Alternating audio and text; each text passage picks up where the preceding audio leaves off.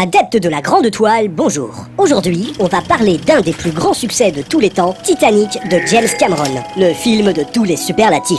Le 10 avril 1912, le Titanic emporte vers New York plus de 2000 passagers. À son bord, Rose voyage avec sa mère et le riche Cal Oakley, avec lequel elle est promise à un mariage sans amour. Le soir même, désespérée, elle tente de se jeter à la mer, mais elle sera sauvée in extremis par Jack, un jeune passager de la 3e classe. James Cameron fait partie de ces génies qui maîtrisent chaque aspect d'une image. Dans ses films, il a repoussé les limites de la technologie pour développer des sujets complètement dingues, tant sur le fond que sur la forme. Bien sûr, certains diront que c'est facile quand l'on obtient des budgets records. Sauf que Terminator, son tout premier succès, n'avait coûté que la ridicule somme de 6 millions de dollars, et c'est encore aujourd'hui une référence absolue en matière de films d'action. Tout ça pour dire que Cameron, c'est juste l'un des plus grands cinéastes de cette décennie. Pourtant, il ne savait pas par quel bout prendre cette histoire du Titanic. Après plusieurs voyages dans les profondeurs où gît l'épave du paquebot, James Cameron va enfin avoir l'illumination. Le début du film est une mise en abîme dans lequel un chercheur et son équipage, que l'on pourrait apparenter à James Cameron et son équipe de tournage, n'a qu'une approche factuelle du naufrage du Titanic. C'est Rose, le personnage principal, qui va apporter l'approche sensible, celle qui manquait à Cameron lors de la préparation du film. Mais le véritable coup de génie se trouve ailleurs. En effet, James Cameron ne filme pas juste le naufrage d'un paquebot, il filme carrément la fin du monde. Eh oui,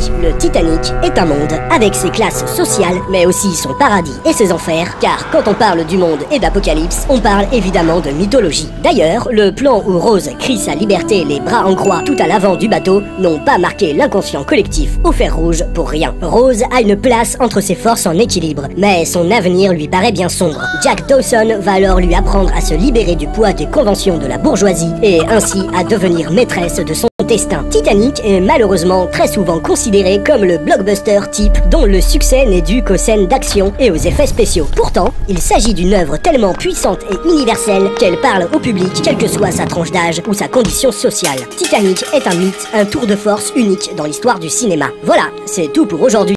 À bientôt pour de nouvelles aventures.